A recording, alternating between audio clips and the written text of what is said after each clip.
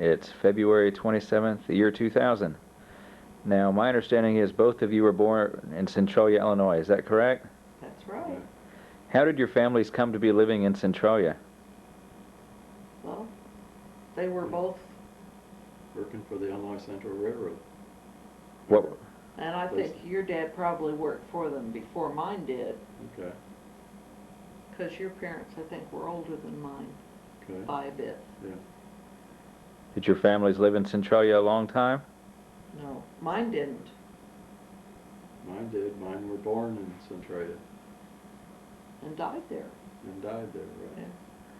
Yeah. We moved away when I was 2 and moved to Peoria for the first time. The first time? Uh-huh. And then how long were you there? I don't remember, about less than a year, I think. And then we moved to Champaign. My dad was working there, and from Champaign we moved back to Peoria. Okay, and then you stayed in Peoria? Yes. And Dad, you were in Centralia all your life growing up? Yes. Did you ever feel like you'd like to live other places, or did you just think Centralia was the world? Well, I got to visit a lot of places, and I wouldn't mind, but I lived on East 6th Street until I was in junior college, I did. Same house. I was born in that house, 812 East 6th Street, not in a hospital. Were your brother and sisters born in that same house? As far as I know, uh-huh. You don't remember them being born? He was I the don't youngest. remember them being born. Kind of challenging, isn't it? Yeah. Y'all grew up during the Depression, right? Mm-hmm. What was your awareness of the Depression as children? Did you go around thinking, oh, we're living in the midst of the Depression? No. We just went on with life. What else can you do? My dad worked at whatever he could find to work at. Uh-huh. He was laid off from the railroad because he was the youngest person, last hired, first laid off. Yep. And that's the reason that he left Centralia. And when he went back, or when we moved to Champaign, I think he worked for the railroad again. Uh-huh. And then when we moved back to Peoria, he was with Caterpillar the rest of the time. They moved to California in '57. And then, Go ahead. go ahead. I don't really recall the Depression as such, No. other than hearing that my dad saved his job at the Illinois Central car shops because he was called in to see if he could rewind a motor that had burned out, and it was a special type of wiring. And he tells the story that he was told to come back the following Monday, that his job was saved. Yeah. So was that just a test, or did they just say, hey, we need this guy? No, it was real from what Dad said. Well, they wouldn't want to have someone that couldn't do the job, because I can remember times Dad always had a workshop where we lived, and I watched him rewire motors. He was an electrician too, so it's I always thought that was neat. It was fun to watch because it was delicate work in a way, and yet in another way it wasn't. It's just. Of course, I started remembering things during World War II, the rationing of food and nylons, which I That wasn't. You didn't wear nylons? didn't have nylons. No, we but wore silk just- stockings before that. Which had more of an impact because then, as a youngster, it meant more to me. Well, we were of an age more to remember what was going on too Right. at the time the war started. Right. What kinds of things did you want during the war that you couldn't get because of rationing?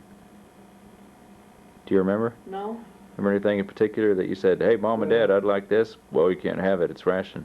We were doing without so that other people could have to Uh-huh.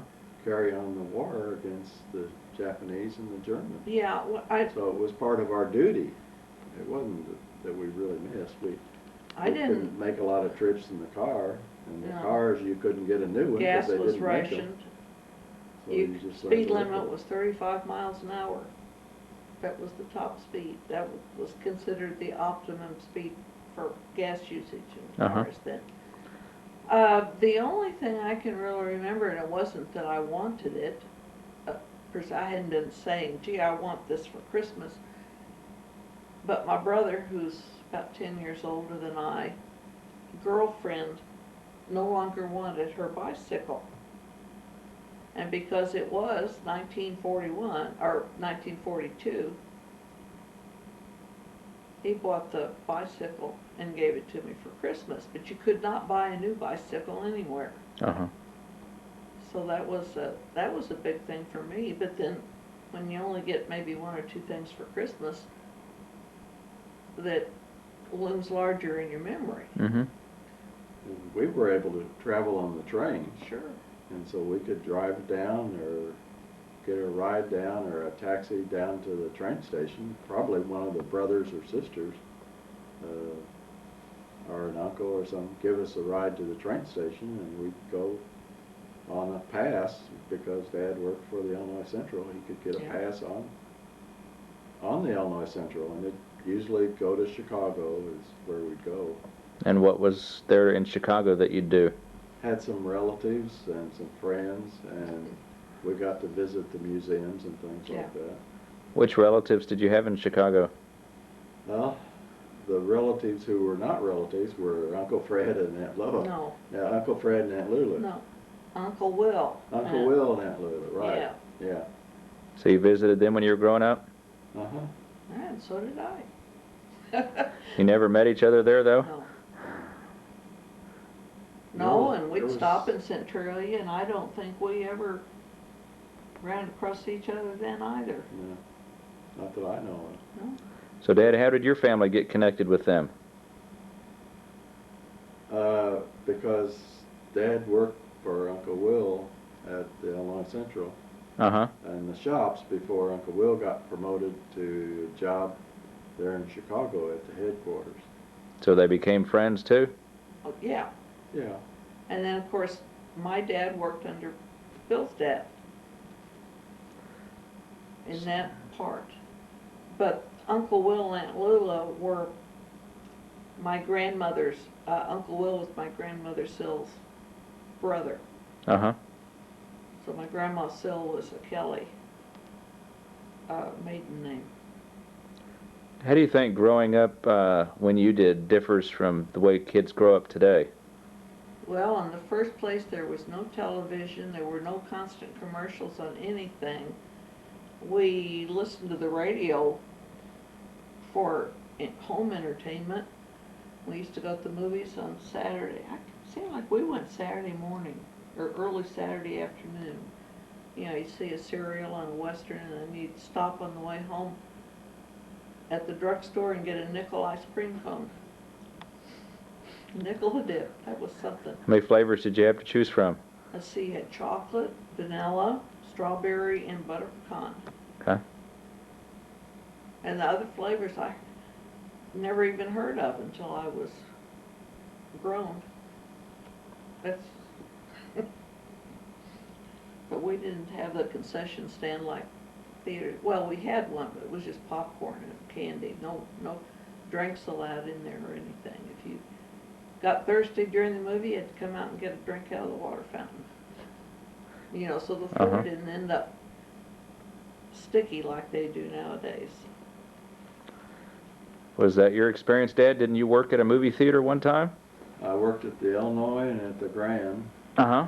And, They had nice clean floors? no, they Well, get sticky. they weren't quite so bad, those, when you can take Well. drinks in, were they? Yeah, and I don't remember, because I thought they could take drinks down. We sold drinks at the concession sign. In Oh, fact, we used to have a lot of problems with the Coke machine. I guess it was just because when we went to the movies as a family, I wasn't allowed to take anything But in. also, we used to go next door and get, a shop and then later moved down the block that used to have cherry cokes that were Yeah. real good. I remember that. As far as growing up, there's a lot more available, I think, but There was a lot more available then or now? Now, Yeah, but we used to go on trips, and Dad even got me out of school once to make a trip to Florida, and it had the teacher's blessing, because he wanted us to learn more about the United States and different places.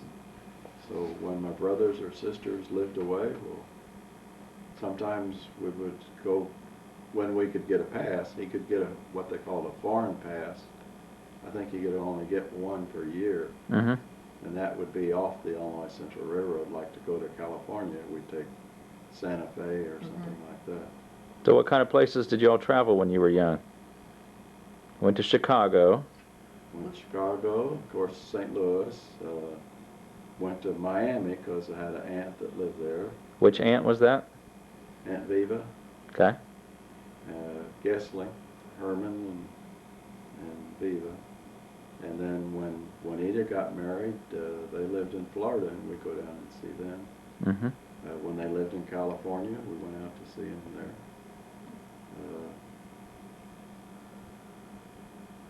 What part of California?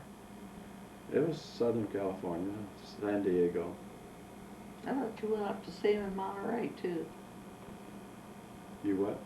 You said you went to see Juanita Oh, when they were well, in that Monterey. that was That in, was a lot when I was later. in college. Oh, okay. In fact, I was about ready to graduate, and I had worked out in Los Angeles for Northrop Aircraft for the summer. And then driving back, I went up to Monterey, where Juanita and her husband then, Bob Ramey, were living, and they were going. Bob was going to school. Navy postgraduate school? Well, I don't think it wasn't postgraduate school. Not then, I don't think. I think it had a different name, Yeah, but it I'll was. have to look it up and see. And they had a language school too there, Yeah, didn't they? do. Yeah, but it might have been because I think after that, then he went to Georgia Tech to finish. So maybe it was in preparing for it. I don't know. You mentioned a few minutes ago about listening to the radio. Mhm. Did you have any favorite radio shows, either for Oh. yourselves or for your families? Well, I had several favorites. I liked Jack Armstrong, All American Boy, and see who else was there? There was Green Hornet and The Shadow, and we always listened to Fibber McGee and Molly and Fred Allen and Jack Benny, and we listened to Fibber McGee and Molly because he was from Peoria. Was. And Amos and Andy was on, and one of the players in Amos and Andy was also from Peoria.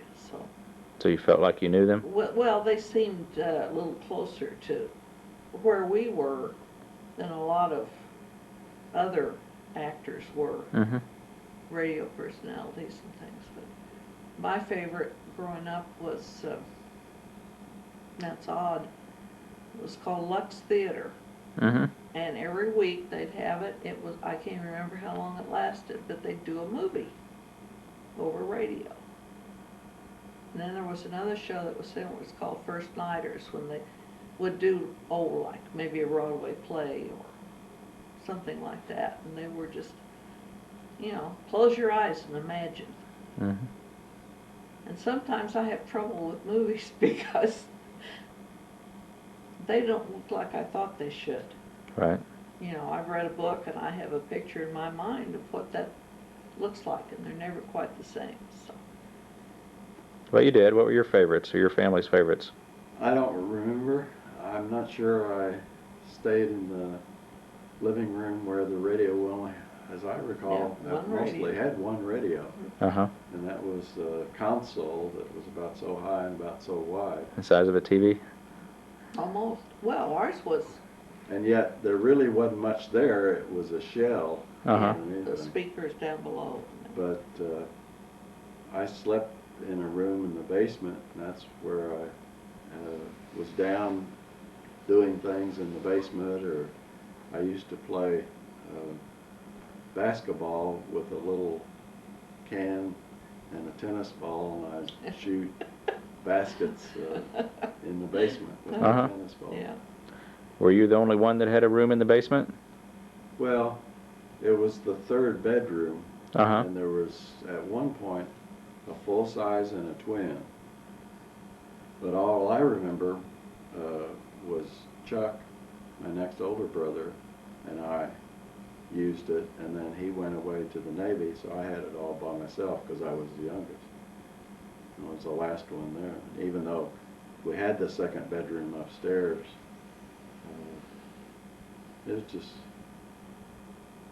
more independence and privacy Yeah. down there. And in the summer it was good because it was cool, and Mm-hmm. in the winter it got cold, but it wasn't really that bad. I had my bicycles down there. I had 2 bicycles, both Wow. of them hand-me-downs. And so I'd take one apart while I had the other one up and playing. So I'd have it out on the floor in the basement. Why'd you take it apart? Because you could Just do it? To do it. Take it apart, and sometimes I'd leave a fender off, the front fender, and Yeah. jazz it up or things like that. So is that the root of your engineering interest, or Could be. how Yeah. how did you become an engineer? Where'd you get that idea? By elimination. I didn't want to be a teacher or a doctor or anything, and I liked mechanical things, and even though I was interested in geology too and took some geology courses, it just eliminated wanting to learn English or be a history teacher or anything like that. It's just learning to put things together and build and that sort of thing. Did you know any engineers when you were growing up? Only train No, engineers. other than the railroad engineers, which is a different kind of an engineer.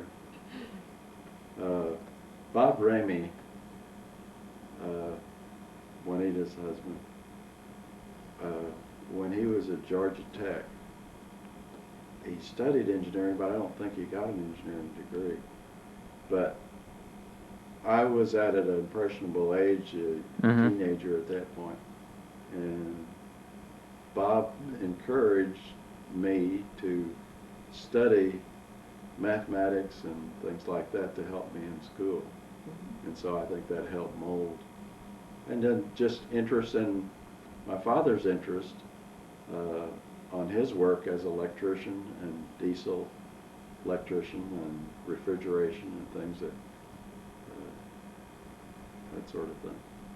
So your parents thought engineering was a good idea? They encourage they you? were just happy because the only other of my siblings that went to college was Chuck. Juanita, Maurice, Dean, none of them ever went to college. So they were just, Mom and Dad were just happy that I would try to go and graduate, which I did. Did they not go because they didn't want to, or because they just weren't financially able to, or do you know? I don't know, I have to ask them. It I'll may have ask been them. a little of both. Both, right, I think so. That and when they were college age, Juanita and Penny was during the war, was it not? And Yeah. And they went to work at the Douglas aircraft plant in Chicago for a yeah, while. I remember them saying that. That's Mm. But you asked about travel a while ago. Most of my traveling as a child was between Peoria and Murfreesboro, Uh-huh. Illinois, to visit my grandparents from both sides. They lived not far apart. What, a couple of 100 yards? Well, further than that, a couple of miles. Okay. But we did take a couple of trips up to Wisconsin to see another of Mother's aunts. Who Aunt is Allie. Aunt Allie? Mhm. Yeah. What part of Wisconsin did they live in? Sparta at that time, Mm-hmm. and then I met my cousin Lois, and then met her and her husband again later. When we lived in Austin, they came by, Mm-hmm. spent the night with us on their way to the valley. Snowbirds, you know, they Right. don't want to live in the cold all year. The summer I graduated, after I graduated from 8th grade, we took the Santa Fe El Capitan and went to California. And we went, I also, since my brother and his wife were there, they took us to Tijuana.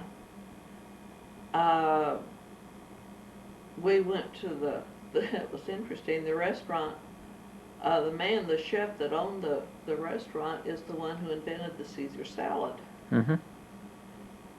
And on their way back from California, Bill drove us, he and Betty had no children at the time, drove us back. We stopped at,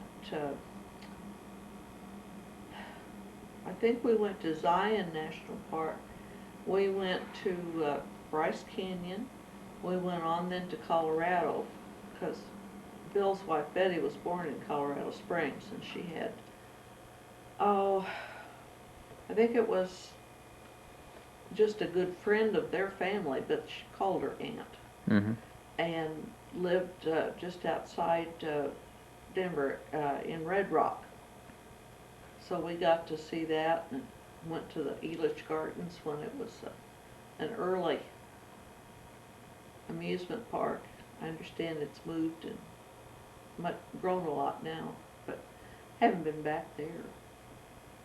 But mostly we travel just to grandparents or to Chicago to see Aunt Lou and Uncle Will, visit the museums, all that good stuff. What did you do with your grandparents? Do you have any memories of things you did with them? Oh yes, I learned how to milk a cow, and I helped grandmother after milking. You go in and she would have scalded the separator parts and put them together and put the milk through the separator to separate the heavy cream Mhm. off. She saved that in, it was in the well house, and there was this great big across well opening, and they'd hang things by a rope in buckets down there to stay cool. Mm-hmm. So Grandma would keep the cream down there until she had enough, and then she'd churn butter. So I learned to help do that. And one fall, I was there and they were harvesting corn, and I thought, well, I'm big enough to do that. So they let us try it for a while, and we went out in the field and twisted the dried corn Mm-hmm. off the stalks, and it rubs your hands really raw. But it was interesting. You know, I learned to do things that most kids I knew never knew about or had ever seen. Have you had a chance to use those skills any time in the last 20 years? Probably not, other than to reminisce about things. I've always been glad I had the opportunity. Mm-hmm. Oh, and I'd go collect eggs too. I forgot that. And, you know, you hear about kids now who never seen a cow, don't know what some of the animals look like. If they're not in the zoo, they don't know what they are. Oh. And I feel lucky to have had the chance to know those things. Mm-hmm. Well, you did. When you were a boy, you only had one grandparent left. Is that right? Right, Dad's father. And I remember he used to deliver coal to our house. He was a teamster, Uh-huh. had his own truck, and he would bring coal and unload it by hand down a chute Mhm. into the Oh, basement yeah. where I live. Then he retired, and we would go up to Grandpa's house, I think on North Lincoln Street, and Grandpa grew a garden, and he'd show us his garden when we'd go up there. And he smoked a pipe and would sit in a rocking chair as he got older, because he lived until he was over 90 years old. Uh-huh. The only thing, one of the things I remember about him, that he always used to ask me, and I knew it was coming, he'd grab my knee and say, "You know how a crow lands?" And he was still, even in his 90s, from working with his hands and his body, was still very strong. And he could make you yelp Yeah, I when bet he so. grabbed your knee. So were you afraid to go visit him? No, because I knew he'd laugh about it. He wouldn't really hurt you. He Uh-huh. wasn't But it doing just- it to be mean, it was just a, Yeah. well, both my grandfathers were deaf. And sometimes after I got older, I thought it was deaf by choice at times rather than deaf by nature. So you think that was genetic, or did they raise loud crops, or? No, at that period, who knows? Grandpa Sill died at 93, and he'd been deaf, I don't know how long, Mm-hmm. ever since I remembered. And Dad's father was also deaf, and didn't seem to bother them very much. They went about their business. Mother's brothers ran a sawmill for a while, Uh-huh. and it's, I don't know, there's so many different things going on when you get out in the country like that it's hard to keep track of all of it in sequence or anything. You have to just, when it pops in your head, that's when I can say something about it. I watched I didn't attend the 50th anniversary of the Sills. I did attend the 50th anniversary of the Franklins. Mhm. I was, I think, 7 or 8 years old, and it was wonderful to see. Then Aunt Lula and Uncle Will, I can't remember if we were even out. I'd have been out of the country, I think, when they celebrated their 50th. Uh-huh. But since they introduced us, we kind of thought they were extra special people. Where did they introduce you? In Escondido, California. And how did that happen? Didn't they live in Well, Chicago? They came out from Chicago. I had moved to California. I went to school in Chicago. And after working in Illinois for a year, I moved to California. And I had lived with Betty and Bill for a short time, and then I had to find out whether I passed the state board or not, because I wouldn't be able to work as a hygienist if I didn't pass. Mm-hmm. And after I passed and had a job, then I moved to an apartment in La Jolla, California, and then later at my brother's recommendation. Since I had to pay a large income tax bill, he suggested that perhaps I should buy a house.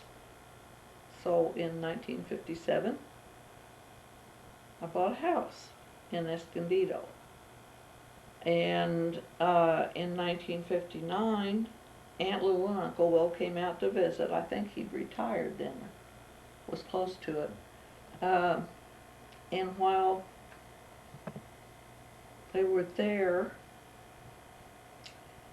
Aunt Lula received a note from Mrs. Heyduck saying that their son had been transferred to a ship that was in San Diego, and would they be able to see him while they were out there. So we wrote Andy wrote a note, and we sent it off then to invite him out to dinner. And it was my mother's birthday, April 24th, 1959, when we met. Uh-huh. And it was sort of like this. We were sitting on the couch, and Aunt Lou and Uncle Will kept saying, sit closer, they want to take a picture. So I guess we did. You got stuck.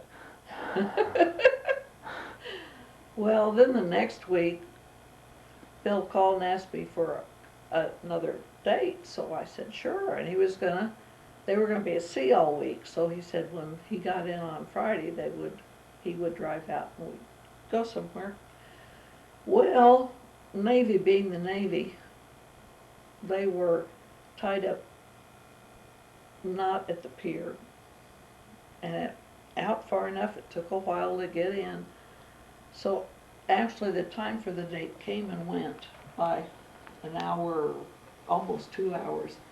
And Aunt Lou, oh, he wouldn't do that. He's not that kind of person. I said, look, I explained to him that all the ships don't come in and tie up at the pier. Sometimes you're out there and then you have to wait your turn to get transportation into land. So, but you did show up on that night, so it was all right then.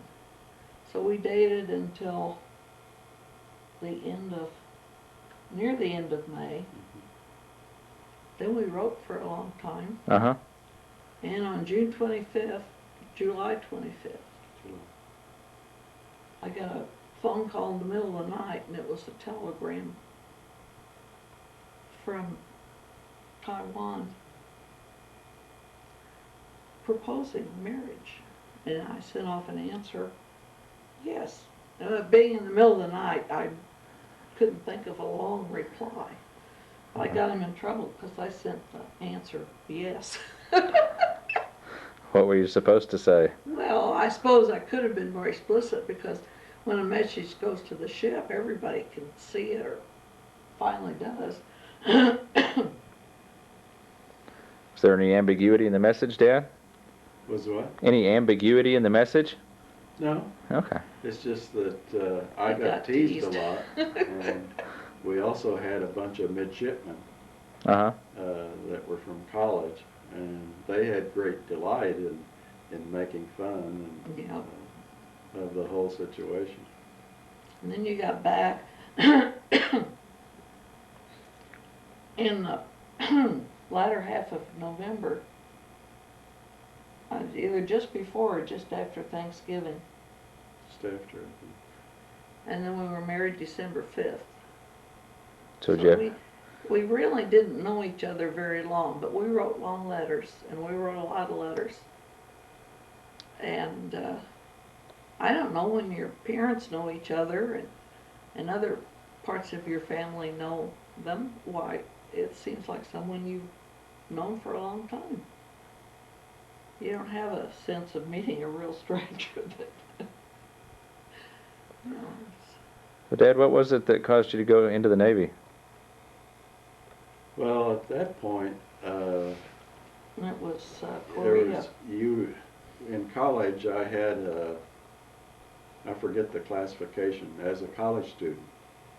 But once you graduated from college, then you became 1A. Yep. Which means you could be drafted. Uh-huh. And I didn't want to be drafted. And Bob Ramey, again, he was an officer, and I had heard about how the Navy took in college graduates and became formed to become an officer. Mm-hmm. So I applied while I was, in fact, I think Well, you were in applied the ROTC. application the summer before I graduated in December or January, whenever it was. But it was that summer that I sent in the papers. But I graduated and went to work in Lafayette, Indiana for Alcoa. And I'd been there 2 weeks when I got a call from home in Centralia saying that I had been accepted to Officer Candidate School in Newport, Rhode Island.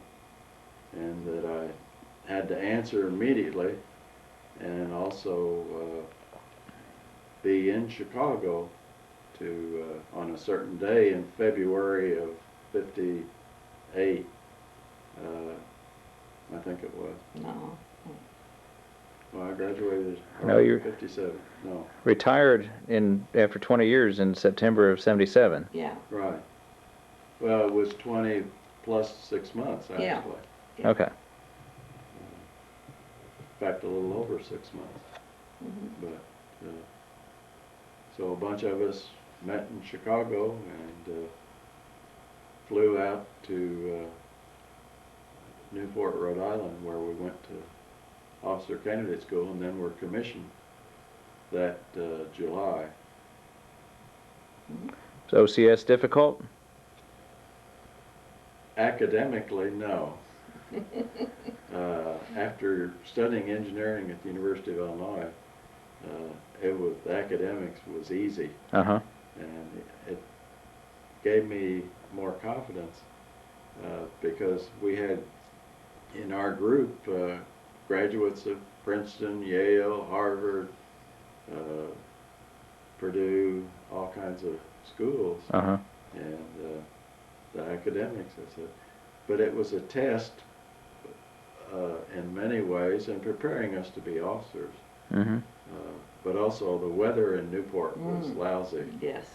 and we about froze at times, and other times we'd have a poncho that was real heavy, and we'd be marching part of the training, and we'd get all sweaty, and but it was fun.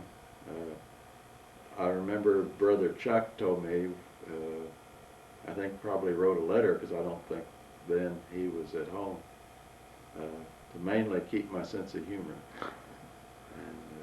Because we had, and it's not like the drill sergeants that you see on TV or something, but still, they were meant to harass you a little bit in order to build your character, because once you graduated and received a commission, You were boss. well, but as a boot ensign, you'd go aboard ship, which I did, and you were being tested by people with Years of 10, experience. 20 years, and I was a graduate engineer, but hadn't had a lot of experience on what makes the ship run and all the machinery on it. So, Was there a lot of direct application of what you'd studied in school in engineering and what you actually did in the Navy in engineering? yes, I think so. I had, at the University of Illinois, we studied power plants, steam power plants, and really a ship, the ships that I was on were all steam turbine driven, and it was the same principle, in that you had boilers which generated steam, which drove turbine, which drove propellers. Whereas in the university, we studied the power plant for the university, and the turbine drove a generator which powered part of the school. What was the first ship you were on? First ship was the Alfred A. Cunningham DD 752. And what was your in Long Beach? In Long Beach, and what was your job on board that ship? I was main propulsion assistant. And what's that mean? Well, the engineering department on ship is divided pretty much in two sections. The main propulsion, which includes the boilers and the turbines and the generators, and then the damage control is the ship fitters and the pipe fitters and this group, and they supported and with damage control, they were also responsible if the ship had a casualty or something, to restore that casualty, keep the ship afloat, and hopefully just continue in their operations. They welders, this type of thing, that had to weld a patch or something like that, or fight a fire. Also, they were primarily damage control. So did you learn how to do all that too? You had some damage control training, right. To become an engineer officer, I went to San Diego to engineer officer school. This was right after OCS or right after your time on the Cunningham? That was after I reported aboard the Cunningham. Okay. I forget how long it was, but actually did some of the things and turned some valves and this sort of thing. To prepare you to become a damage control assistant, main propulsion assistant, or the engineer officer, which I became, for the Owen 687. It was an older ship, but they were similar class of destroyer. Approximately what year were those ships built? Do you remember? Right at the end of World War II. Okay. This was in the 50s, and they were, Had been well, the built late 50s. after 45 probably, or just Yeah, after. some of them were in the 45 to 50. So they were 10 to 15 years old, Mhm. Mm-hmm. so not very old. No. When y'all were growing up, changing the subject again, did you hear many stories about your ancestors, or was there anybody in your family that told stories about the families? Oh, I heard people talking about it. I can remember Grandpa Franklin talking about Sam Houston being a cousin, and I have no way of knowing whether that was true or not unless you found it in your research. Well, And through his wife's family. he talked about that the Franklins were had itchy feet. They liked to move around and liked to do things. And the more I thought about it, I thought, gee, that's strange. Grandpa didn't have that because they stayed in one place all those years. But maybe the earlier Franklins had been that way. Well, Uncle Bill told me once that when he was younger, he wanted to move. Mm-hmm. And he told his wife, and his wife said, well, if you do it without me.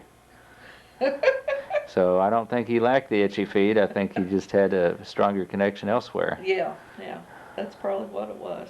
Yeah. So I don't know. We moved so much when I was growing up that the longest I've ever lived anywhere is here. Uh-huh. We've been here 11 years. Seems like forever. Did your mom's family, anybody there tell stories or anything, or? Oh, you know, if they did, I don't really remember. I know that my grandmother cooked for a hotel in Makanda, Illinois. Mm-hmm. And I know because I heard it on a tape that my Uncle Bob made, my mother's youngest brother, had asked Grandpa some things. Mm-hmm. And it was more or less like this, except he didn't have a video camera at the Right. time. And Grandpa talked about coming to Texas when he was a young man. Mm-hmm. He had a friend whose father ran a boarding house in Dublin, Texas. Mm-hmm. He was down here and he talked about being a cook on a cattle drive. Mm-hmm. But as far as I knew, that was before he was married, of course. And he was a wheelwright. He made wagon wheels. And one of his brothers was a blacksmith. Mm-hmm. And I suppose Grandpa probably did some smithing too, because the stone where he etched his part there in Giant City, I think there's an anvil in That's there. right. It's been a long time since I've seen it, but Which brother of his was a blacksmith? Do you remember? I think it was Uncle Jim. Okay. And there were another brother, I think it was, had moved to Las Vegas Mm-hmm. and had a drive-in there. When that trip back with Betty and Bill from California that time, we went through Las Vegas. And there was a Sill drive-in, Mm-hmm. and supposedly that was a part of the family. But I don't know, I can't remember now whether we stopped and talked to anyone or not, or if we just kept on. I really don't remember. Do you remember meeting any relatives when you were growing up and you weren't quite sure how they were related? Sure. You remember any names now? Well, I remember Aunt Leander. Uh-huh. I heard the name a lot, and from looking at pictures of the 50th wedding anniversary, I think she's Grandpa Franklin's sister. Uh-huh. And as far as I know, she was there, but I don't remember her being there. Yeah. And Dad talked about cousins whose last name was Campbell, Uh-huh. and I I really don't remember a whole lot. One of the Sill was what, Commodore Perry Uh-huh. Sill, and I always wondered about that, why they chose that name. But that's really the most of what I remember. The Kellys didn't, Grandma didn't talk much about past her brothers and sisters there. Mm-hmm. Brothers and sister. That was all that I heard about.